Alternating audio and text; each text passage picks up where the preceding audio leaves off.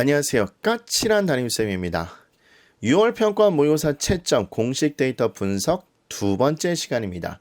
지난 시간에 응시 인원을 분석했는데요. 이번 시간에는 각 과목별 1등급 컷 표준 점수를 21학년도 수능과 비교해서 같이 분석하도록 하겠습니다. 자, 이번 동영상의 목표는 지난 시에도 누누이 강조드렸지만 이번 수능은 어떻게 출제가 될 거야? 라고 예측한다기보다는 데이터를 냉정히 현실적으로 분석하고 또 나에게 적절한 입시 제도는 무엇인지 판단해서 효율적 대비를 통해 이번 입시에서 최상의 결과를 얻기 위한 겁니다. 여러분이 주변에 여러 가지 잘못된 정보를 가지고 여러분 잠재성을 미리 예단하는 걸 막고 열심히 준비하는 게 목표이니까 이번 시간도 여러분들 저와 꼼꼼히 같이 들어주시고 연구해 주시고 대비해 주시길 부탁드리겠습니다. 항상 말씀드렸지만 이 동영상은 혼자만 보지 마시고 학부형 또 학생 여러분께서 같이 봐주시고 토론해 주시고 준비해 주시면 좋을 것 같습니다. 아울러 PPT 자료는 지금 보시는 주소에 블로그에 올려놓도록 할 테니까 꼭 출력해 주셔서 자료로 활용해 주시면 좋을 것 같습니다. 자, 그러면 이번 시간 국어부터 같이 분석하도록 하겠습니다.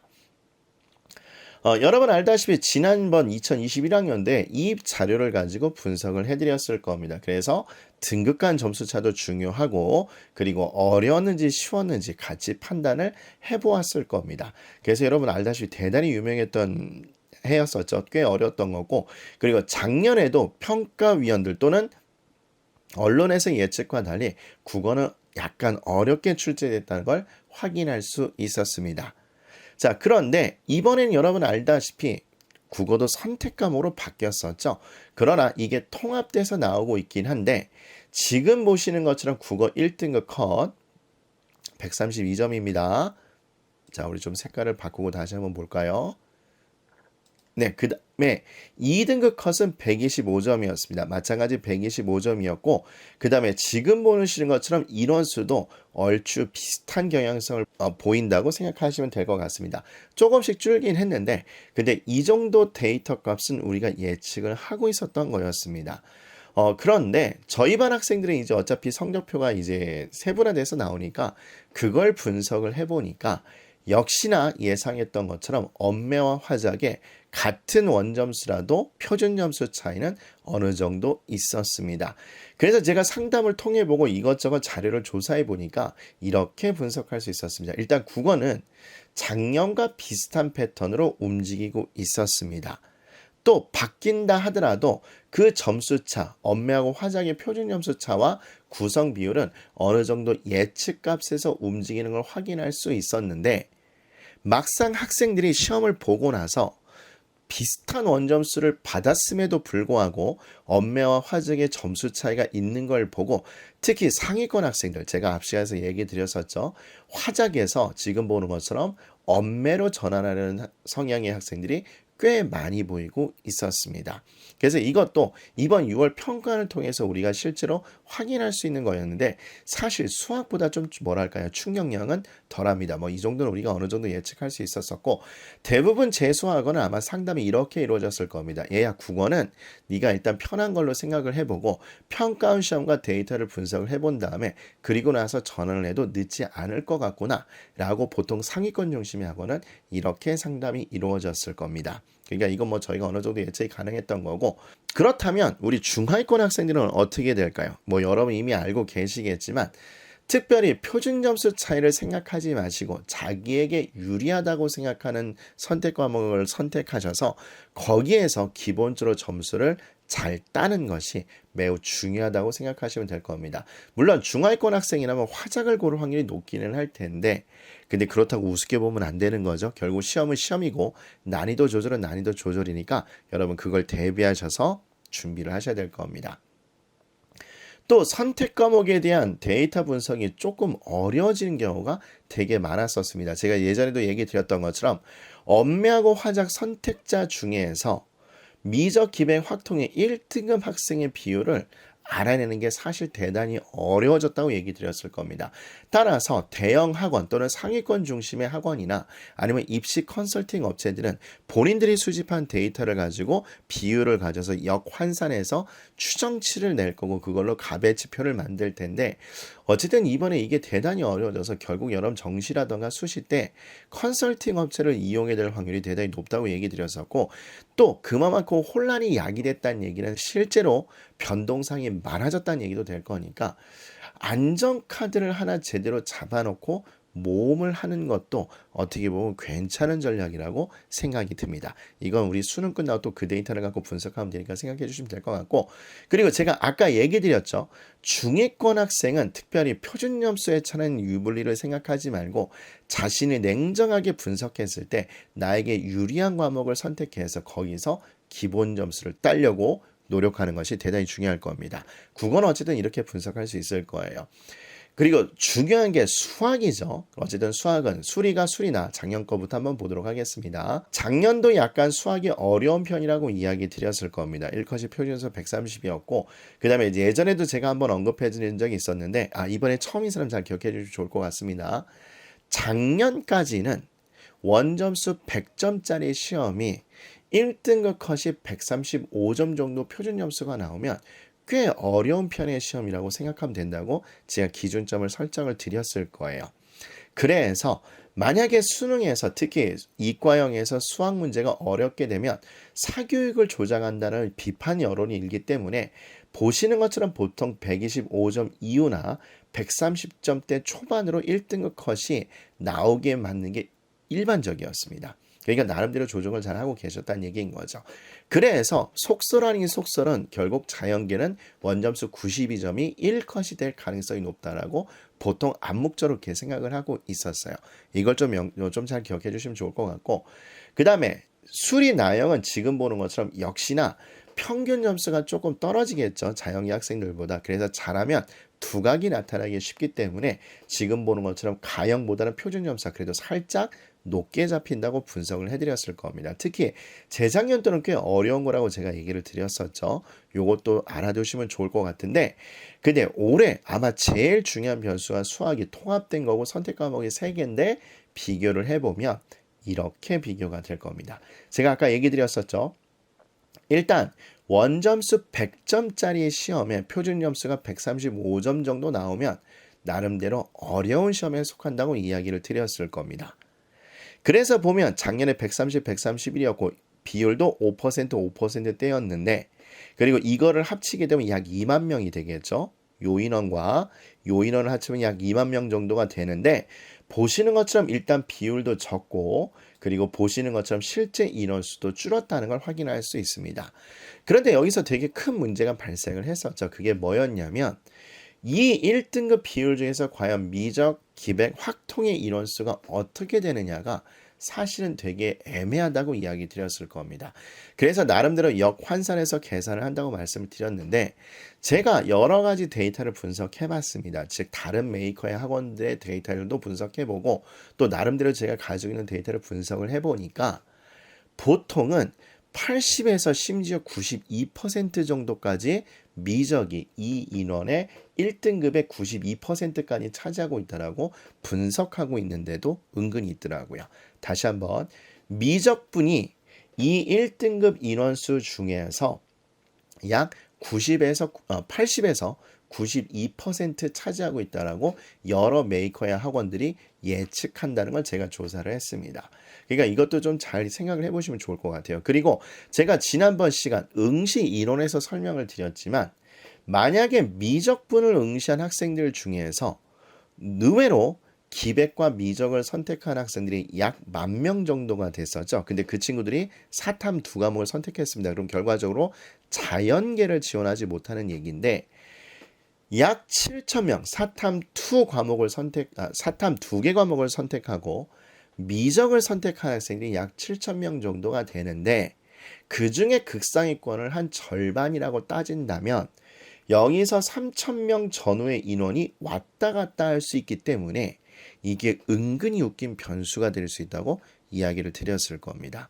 제가 봤을 때 문과 학생이 진짜로 수학에 자신이 있지 않는 이상 미적을 선택하기가 꽤 어렵겠죠. 그래서 이게 생각보다 웃기는 변수가 될 수 있을 겁니다. 그 얘기는 극상위권 학생들도 사실 애매하게 되는 거죠. 무려 3,000명이 왔다 갔다 할 수 있다는 얘기는 이거는 지원할 때 얘기 드렸던 것처럼 안전카드를 잡았다면 떨어지더라도 나는 오히려 이 대학을 상위권 대학 여기를 모험으로 지원하고 떨어지는 게 마음속에 후회가 없겠다라는 생각을 가지고 모험을 하는 것도 나쁘지 않을 거라는 생각이 듭니다. 사실은 저는 이번 정시 컨설팅에 이거를 초점을 맞출 것 같아요. 어떻게든 여러 데이터를 수집해서 환산 계산해 가지고 몇 명인지 예측을 하려고 노력하겠죠. 저는 그렇게 해서 모험 전략을 짤 것 같긴 합니다. 어쨌든 이것도 명심을 해주시면 좋을 것 같아요.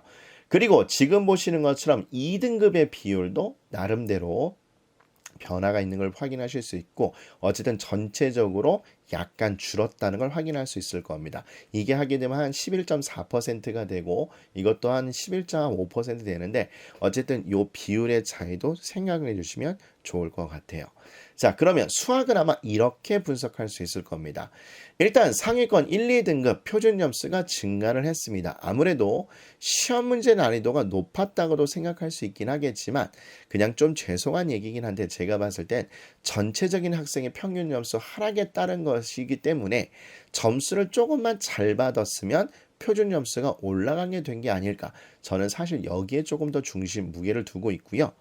그리고 아까 얘기 드렸던 것처럼 미적분 기백 확통의 비율 확인이 어렵기 때문에 대형 학원이나 입시 사이트들은 자신들이 수집한 데이터를 역으로 환산해서 적용을 해서 추정치를 잡을 겁니다.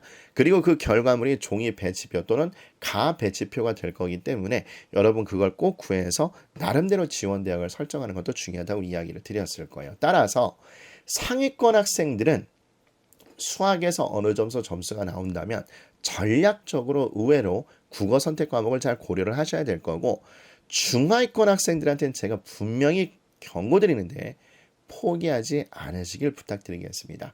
여러분들이 지금 이 시점부터 포기를 해서 나 이제 수시 지원하고 안 되면 뭐 모르겠어 이렇게 해서 정시 포기하지 마시고 재수생이 무서워도 하는 데까지 해보는 게 중요합니다. 따라서 이거를 명심해 주세요. 일단 여러분 공부 교재를 최소화해 주세요. 제가 여러분을 낱낱이 관찰을 해보면 정말로 상위권 학생이든 하위권 학생이든 뭐 상위권 학생 뭐 적용되는 얘기는 아니지만 중하위권 학생들의 특징 중에 하나가 책을 너무 많이 중구난방으로 가지고 있습니다. 근데 끝까지 완독한 책은 생각보다 적어요. 그래서 특히 수학이라면 만약에 저도 수학 중고등학교 때 어려워했거든요. 그래서 저는 아예 선언했습니다. 이거 나한테 암기 과목이야. 이렇게 선언을 해서 저는 그냥 암기 과목으로 진짜 외우려고 노력을 했었어요. 그래서 공부 교재를 최소화하시고 기출문제 하나 그리고 기본 개념서 하나 이걸 하신 다음에 수준에 맞는 인강과 학원과 과외의 도움을 받는 게 좋기는 할 거고요. 혼자 하는 게 어렵다. 그럼 이거 하는 게 좋습니다. 그런데 제발 부탁드려요. 누가 1타다 아니면 어느 학원이 유명하다 이런 것보다는 진짜 나를 세심하게 기초를 잡아줄 수 있는 데가 좋습니다. 선생님이 사실 학원계 소식은 여러분들보다 더 빠삭하게 알잖아요. 그리고 제가 재수생을 몇 명을 상담하는데요. 근데 그 학생들의 대부분의 이야기 똑같습니다. 선생님 저 고1, 2, 3 때 대치동, 목동 또는 각 지역이나 학원 중심가에서 소위 말하는 1타 선생님 들었습니다. 근데 거기서 어차피 관리 안 해주시고 선생님 수업 물론 열심히 해주시지만 근데 관리 어차피 안 되고 숙제도 뭐 대충대충 해가는 것 같고 수업만 들어서 성적이 안 오른 것 같습니다라고 얘기하는 친구가 대부분입니다. 따라서 유명세보다는 진짜 나를 돌봐줄 수 있는 인강학원 과외를 선택하시고 전범위를 공부하시는데 최소화시켜서 공부를 하시는 게 중요합니다. 여기에 킬러 문제를 그냥 손을 대지 마세요. 여러분 무시하는 게 아니라 제가 봤을 때 여러분 킬러 문제를 손대고 못 풀잖아요. 그럼 100% 자존감을 떨어뜨려서 여러분들 좌절하는 경우가 많습니다. 그냥 제가 했던 것처럼 만약 여러분 교재가 난이도를 A, B, C로 해서 C가 어려운 난이도다. 그럼 C 손대지 마시고 또 킬러 문제가 분류가 되어 있다. 그럼 킬러 문제 손대지 마시고 그냥 기본 개념 문제 그것만 전 범위를 암기 과목 공부한다고 여러 번 풀어보세요. 그래도 2등급이 안 나온다고요? 말이 안 돼요, 여러분들. 여러분이 안 해서 점수가 안 나오는 거지 해도 점수가 나오지 않습니다. 그건 여러분들 거짓말하고 있는 거예요. 학부형님들이라면 죄송한데 자녀분들이 거짓말한다고 생각하시면 됩니다. 아셨죠? 그래서 중하위권 학생들은 이렇게 대비하시는 게 중요합니다. 그리고 제가 데이터로 만들진 않았죠. 영어도 이번에 1등급의 비율이 상당히 줄었죠. 제가 봤을 때는 EBS 연계율이 떨어졌기 때문에 물론 학교에서는 EBS를 남아 내신 시험 범위로 많이 잡았겠지만 상대적으로 공부의 밀도가 덜 한 것 같아요. 그런데 어쨌든 상위권 학생이라면 결국 영어도 1, 2등급이 중요한 차이가 되고 또 요새 등급 간 점수차도 높이는 성향이 있으니까 어쨌든 영어도 대비는 해주셔야 됩니다. 그런데 솔직히 말씀드립니다. 제가 학원에서 담당하는 과목이 영어거든요. 저희 반 학생들한테 매번 이야기합니다. 얘들아 일단 수, 탐, 국 자연계 지원 학생이라면 또 인문계라면 수, 국, 탐 이걸 먼저 우선적으로 해도 나쁘지 않을 것 같다. 만약 이거 하는데 시간이 부족하다. 그렇다면 영어는 2등급 전략으로 가자. 솔직히 이렇게 얘기하기도 합니다. 여러분들 이거를 잘 생각해서 대비해 주시면 좋을 것 같아요. 단, 영어 공부는 좀 뒤로 밀려줘도 되는데 제발 부탁이란 짜투리 시간, 즉 화장실 갈 때, 버스 타고 있을 때, 또 지하철 타고 있을 때 제발 핸드폰 보지 마시고 쪽팔림을 무릅쓰더라도 단어책을 봐주시길 부탁드리겠습니다. 영어는 단어만 열심히 외워도 어느 정도 가능성이 있습니다. 자, 그러면 우리 사탐을 분석하도록 할게요. 자, 사탐은 워낙 과목도 많던데 매번 말씀드리지만 참 계륵 같은 게 사탐이죠.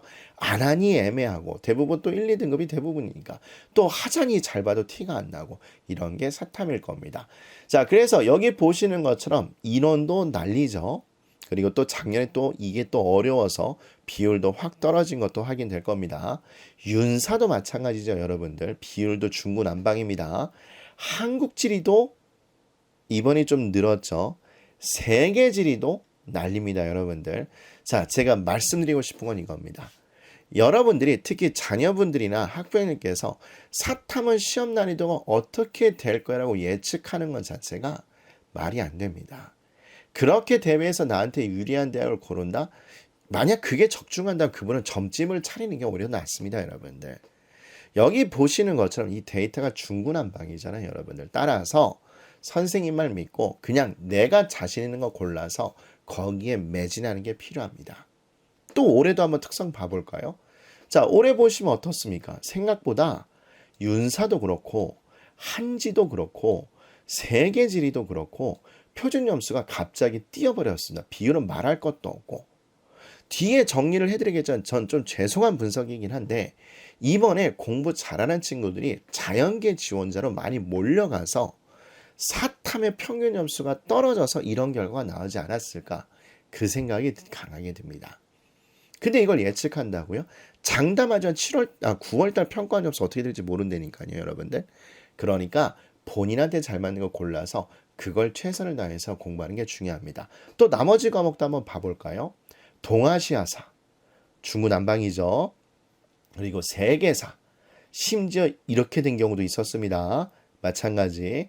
법정 마찬가지죠, 여러분들.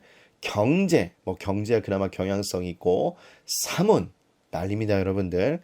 이거 예측할 수가 없습니다. 제가 이걸 다 확인을 해드렸지만 예측할 수가 없어요. 올해 것도 한번 같이 봐볼까요? 올해 것도 마찬가지 표준 점수상으로는 대부분 다 뛰었습니다. 이유는 제가 아까 얘기 드렸죠. 따라서 사탐에 대한 분석은 이렇게 얘기할 수 있어요. 전체적으로 1등급 표준 점수가 올라갔는데 제가 봤을 땐 이 가능성이 크지 않을까. 일단 서울대 입시 제도가 변했죠. 그래서 상위권 학생들이 나름대로 1점, 표점 1점이라도 챙기겠다 해서 신중하게 사탐을 대비할 가능성이 크고 또 나름대로 전체적으로 똘똘한 학생들은 자연계 지원자로 몰려갈 가능성이 크기 때문에 그렇다면 상대적인 평균 점수가 하락을 해서 따라서 1등급 표준 점수가 올라갔다고 생각이 듭니다. 그래서 여러분 제발 부탁인데 특히 수험생 여러분들 건방지게 난이도를 예측을 하려고 하지 마세요. 그거 할 시간에 차라리 내가 과목을 신속하게 결정하고 그 결정을 믿고 따라가세요. 심지어 선생님 저 탐구과목 바꿀 겁니다. 그럼 바꿔도 나쁘지 않을 수 있어요. 제가 지난번에도 얘기해 드렸죠. 바꿔서 성공하고 실패한 사례가 정확히 1대1입니다. 만약 바꿨는데 내가 이걸 믿고서 도전하면 그 학생 성공하고요. 안 바꿔도 자기의 선택을 믿지 못하면 실패합니다. 따라서 교체할 거면 신속히 결정하고 그 결정을 믿고 공부하는 게 중요할 겁니다. 그런데 사탐은 제가 이놈을 강조드리고 싶어요. 여러분 한번 생각을 해볼게요. 서울대 관계자분들이 입시제도를 바꿨는데 서울대는 어쨌든 나라의 기준이 되는 입시제도를 조종한 사실상 영향을 끼치고 있죠. 근데 그분들이 바뀌었을 때 더더군다나 국립대학이라서 나라의 통제를 강하게 받는 대학인데 이분들이 무턱대고 바꾸진 않습니다. 작년에 제가 합격한 학생들도 분석해보고 재작년에도 합격한 학생을 분석해보면 생각보다 탐구보다는 국어 수학의 영향력이 훨씬 더 크다고 보시면 돼요. 상위권 학생들, 극상위권이어도. 그러니까 서울대가 입시제도를 바꿨겠죠. 왜? 얘 영향력이 생각보다 덜 끼친다고 생각하니까 바꿔도 비난 여론은 조성되지 않겠다라고 생각하셨을 거예요. 근데 아까 표준점수 차이가 좀 불안하잖아요. 근데 그걸 예측을 못한다니까요. 그래서 다시 한번 부탁드리지만 국어, 수학을 좀 착실히 챙겨두시고 탐구는 어느 정도 등급을 유지하는 선에서 하시는 것도 나쁘지 않을 겁니다. 물론 상위권 학생이라면 무조건 1등급 맞는 건 당연한 걸 겁니다. 여기서 사탐 이렇게 분석할 수 있고요. 과탐을 보도록 할게요. 자, 과탐. 물리도 특별히 예측하기 힘듭니다. 그죠? 화원. 사실은 조금씩 어려워지는 추세는 있고 있죠. 생원. 마찬가지 계속해서 어렵게 출제되고 있습니다. 지원도 마찬가지 추세는 조금씩 어려워지고 있는 추세입니다. 그래도 생원과 지원에 대한 응시 인원은 여전히 제일 많습니다. 그런데 생원하고 지원도 결국 화학까지 포함돼서죠. 물리는 보통 이렇게 얘기를 하죠. 물리도 뭐 당연히 포함된 얘기긴 할 겁니다만 대부분 킬러 문제가 포인트가 되더라고요. 결국은 유전 파트. 그죠? 여기서 계산 얼마나 빨리 해내느냐. 결국 그게 관건은 올해도 역시나 적용되는 것 같습니다. 근데 어쨌든 비교를 해보면 물리는 좀 표점이 올랐죠. 그러나 요거는 경향성은 비슷하게 가고 있습니다. 그리고 얘기 드렸던 것처럼 투 과목을 한번 보자면 자 66, 68 비율도 이렇게 돼 있죠. 그 다음에 작년에는 대단히 쉽게 출제됐다고 확인하실 겁니다. 그리고 화학2도 마찬가지죠. 나름대로 어느 정도 좀 어렵게 출제가 된 것도 확인할 거고 그 다음에 생2도 마찬가지입니다. 어려웠다 쉬웠다 상대적으로 어려웠다. 그 다음에 지2도 마찬가지입니다. 비율을 보시면 아시겠지만 들쭉날쭉입니다. 그런데 올해는 얘기가 다릅니다. 지금 보시는 것처럼 70점 또 비율은 5.26% 지금 보는 것처럼 거의 절반이 줄었죠. 여러분들 또 70점대에 또 4% 비율 70점대 70점대 이렇게 되어 있습니다. 따라서 제가 볼 때는 그냥 어설프게 서울대를 지원하는 학생은 여전히 유지가 되고 있습니다. 죄송한 얘기긴 한데 제가 재수학원에 근무하고 있을 때도 과탐2 점수가 안 나왔음에도 불구하고 여전히 서울대를 목표로 재수하는 친구들이 많아서 과탐2를 손댄다고 해서 무조건 공부를 잘하는 친구들은 아닙니다. 이건 좀 죄송하고요. 또 이 방송을 통해서 뜨끔한 친구들은 냉정히 본인의 성적을 분석하셔야 될 겁니다. 이것도 꼭 명심을 해야 될 건데 어쨌든 추세는 과탐2는 지금 보는 것처럼 점수가 전체적으로 표점이 올라가서 어려워지고 있다고 생각하시면 됩니다. 그래서 이 얘기는 결국 곧 과탐2 1등급 표준 점수가 오르는 걸로 봐서 과탐2의 응시자가 늘었다는 걸 암시합니다. 말씀드렸죠. 여러 가지 이유가 있을 겁니다.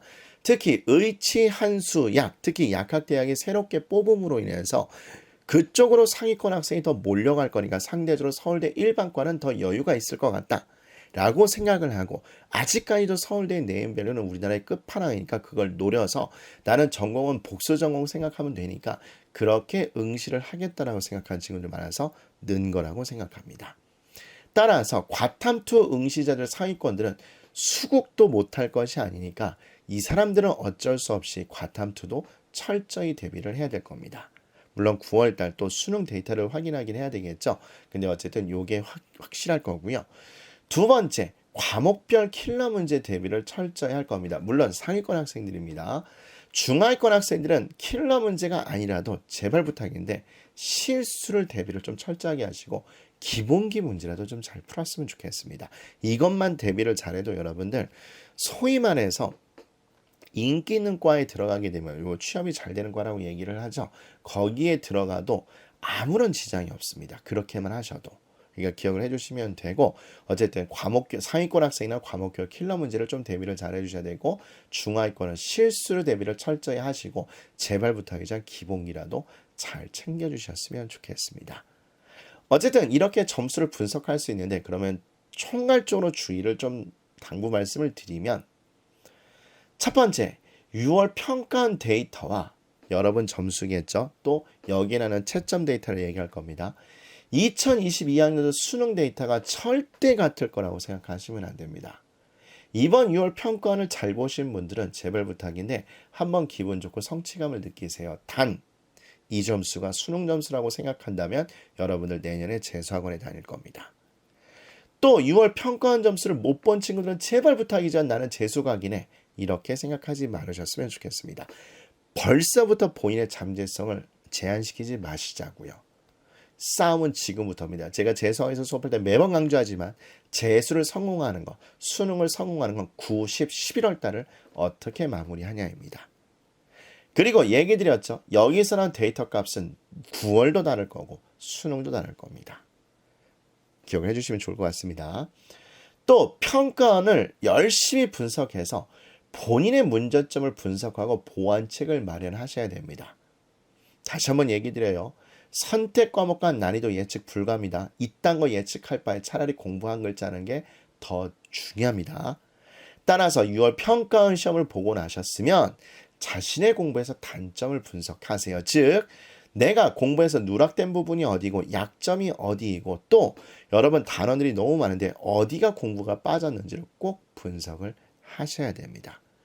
그리고 그 점수에 따라서 막연한 기대를 하지 마시고 또 나는 막연하게 재수할 거라고 하지 마시고 그냥 막연한 기대는 금물이고요. 다시 한번 말씀드리지만 시험은 어쨌든 간에 어렵게 출제되는 가정하에 열심히 공부하는 게 답입니다.